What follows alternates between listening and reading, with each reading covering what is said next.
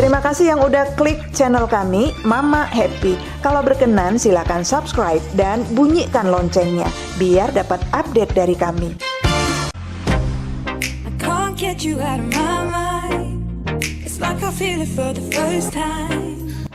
Assalamualaikum. Halo Mak, kali ini saya akan menceritakan kisah tentang Mak Iyung, ibu muda 45 tahun dengan 8 orang anak. Seperti apa kisahnya? Kita saksikan. Sebut saja Mak Iyung. Awalnya, dia hidup bahagia dengan laki-laki pilihannya yang jadi suaminya. Laki-laki itu kawan sepermainannya di kampung, tetangganya. Jadi tetangga rumahnya itu yang jadi suaminya. Setelah menikah, mereka pindah merantau ke Pekanbaru. Konon kehidupan rumah tangganya bahagia dan secara ekonomi berkecukupan. Di Pekanbaru sana mereka buka ladang, punya kebun sawit, dan buka toko kelontong. Sukseslah secara ekonomi.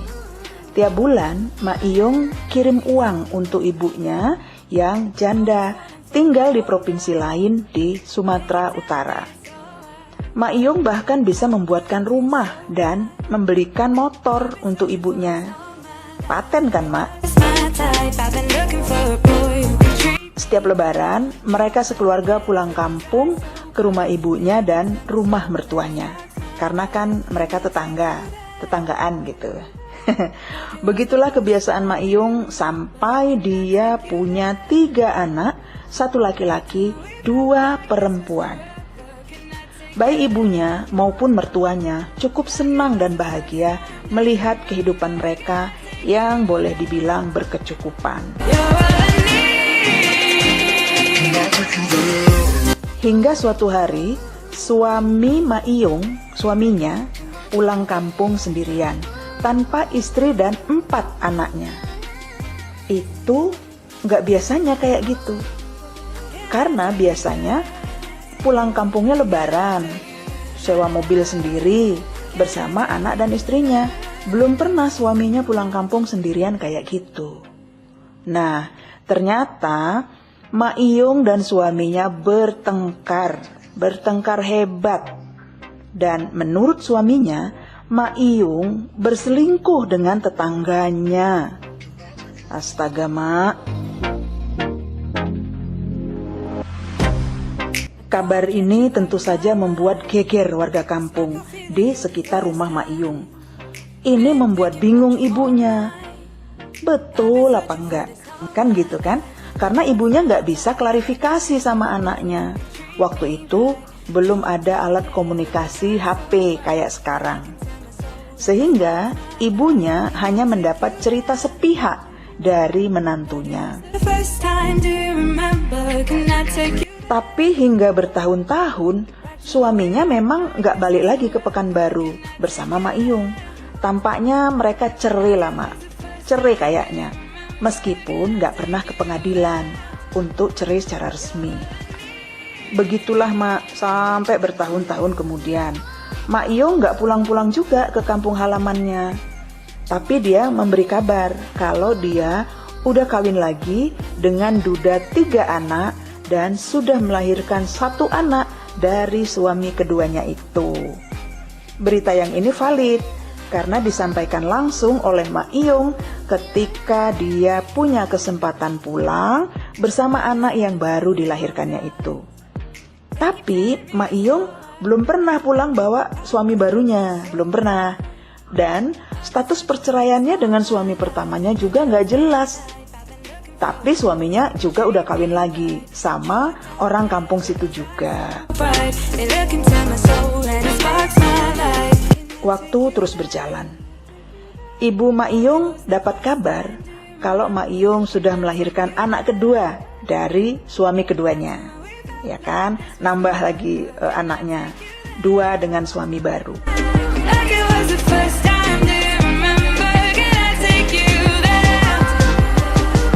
Waktu terus berjalan.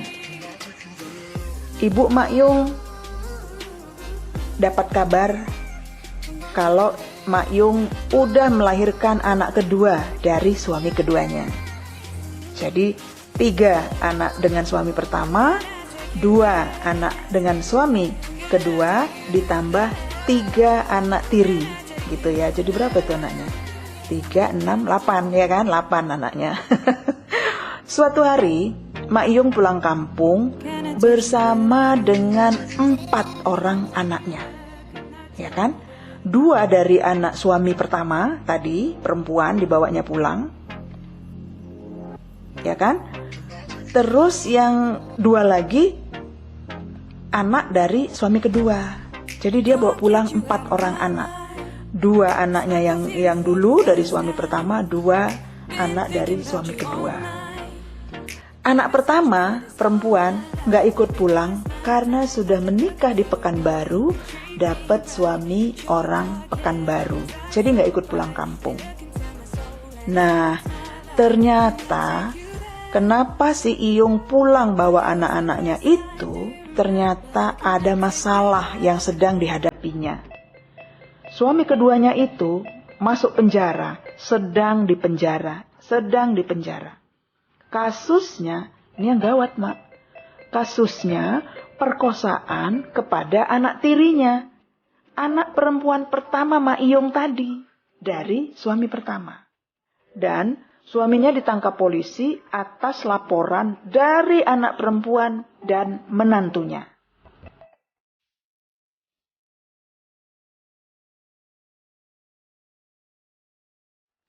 Mak Iyung terpaksa pulang karena di Pekanbaru diteror terus oleh keluarga mertuanya. Mereka minta Mak Iyung ini memaksa anaknya untuk mencabut laporan. Suaminya mengatakan dia nggak melakukan perkosaan, itu fitnah. Kayak gitu kata suaminya. Suami keduanya ini ya. Dia bilang dia nggak melakukan perkosaan, itu fitnah.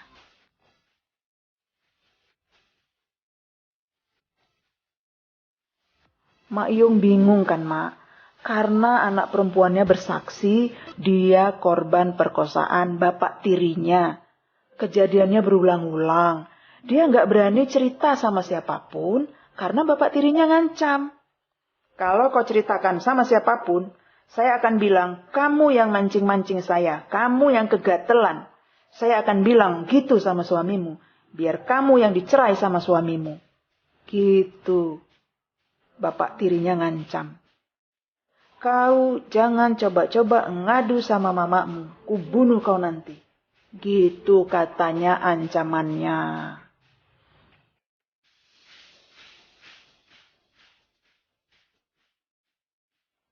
Tapi karena nggak sanggup dengan perlakuan bejat bapak tirinya, suatu hari anaknya punya keberanian ngadu sama suaminya. Diadukannya lah kelakuan bapak tirinya ini sama suaminya. Karena dia juga takut kalau suatu saat ketahuan, jangan-jangan suaminya berpikir dia yang kegatelan. Kan gitu Mak. Syukurnya nih Mak, suaminya percaya sama pengaduan istrinya. Pengaduan anak si Iyung tadi. Lalu bersama suaminya mereka melaporkan bapak tirinya itu ke polisi. Ditangkap polisi dia Mak, vonis sudah dijatuhkan. Suami keduanya itu, bapak tiri anak-anaknya itu dijatuhi hukuman 8 tahun penjara. 8 tahun Mak.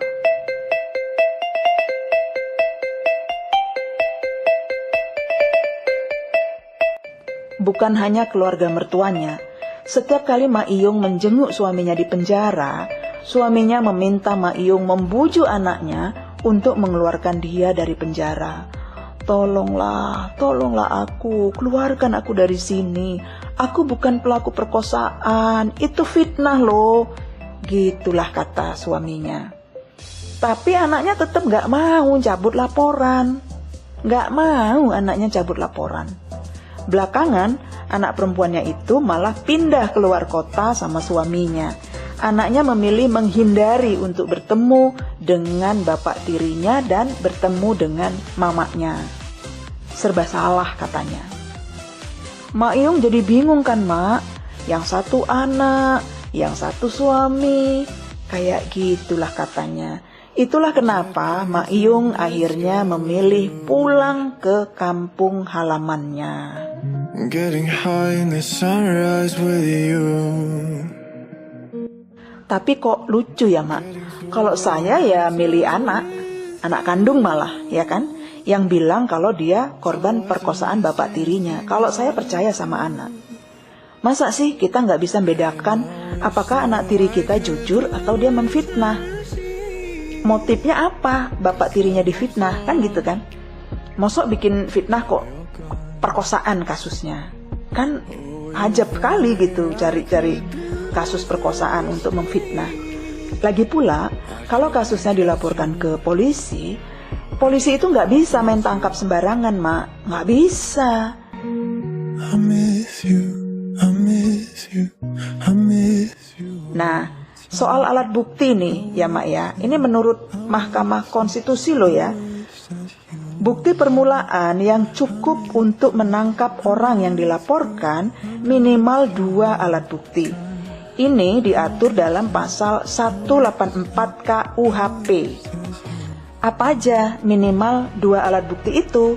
Yakni keterangan saksi, keterangan ahli, surat atau petunjuk, atau keterangan terdakwa. Jadi si anak melaporkan, suaminya mau jadi saksi, ya kan? Visum, barangkali mereka visum, jadi keterangan ahli. Nah, cukup sebagai alat bukti. Tanpa alat bukti, minimal 2 alat bukti tersebut, petugas kepolisian nggak bisa melakukan penangkapan. Nggak mungkin. Masa nggak percaya Mak Iyung ini? Gawat juga kan, Mak? Ini entah karena cinta mati, cinta buta sama suaminya, atau ketidakpahaman soal hukum. Itu juga kan kita ini.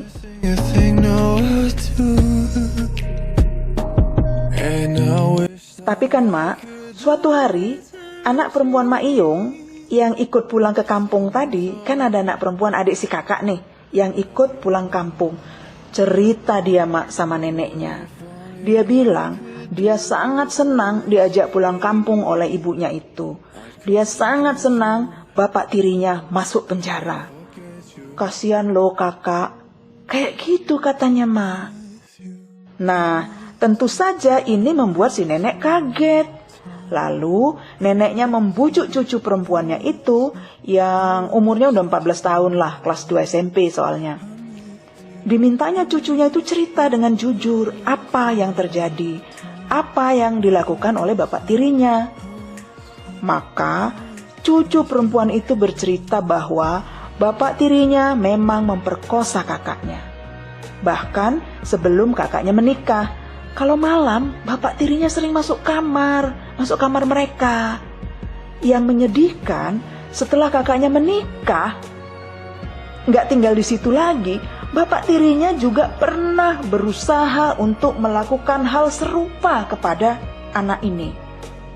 Tapi seperti kakaknya, dia nggak berani cerita sama Mak Iyung, karena Mak Iyung nggak pernah percaya sama cerita anaknya. Getting through all the bad times with you. Jadi kan Mak, ternyata bapak tiri anak-anak itu, suami kedua Mak Iyung, memang bejat moralnya. Dia memang predator seksual. Memang pelaku perkosaan kepada anak tirinya. Jadi ya pantas lah Mak di penjara. Kalau gitu ya biar aja dia busuk di penjara sana. Meskipun sampai hari ini Mak Iyung gak percaya kalau suaminya memperkosa anaknya. Mak Iyung gak pernah percaya. Oke Mak, itu dulu cerita dari kami. Beritahu kami kalau Anda menyukainya. Tekan subscribe, tekan juga tombol loncengnya supaya Anda mendapat update dari kami. Kalau ada cerita menarik yang ingin Anda bagikan, hubungi kami dan kami akan mengisahkannya untuk Anda semua. Terima kasih.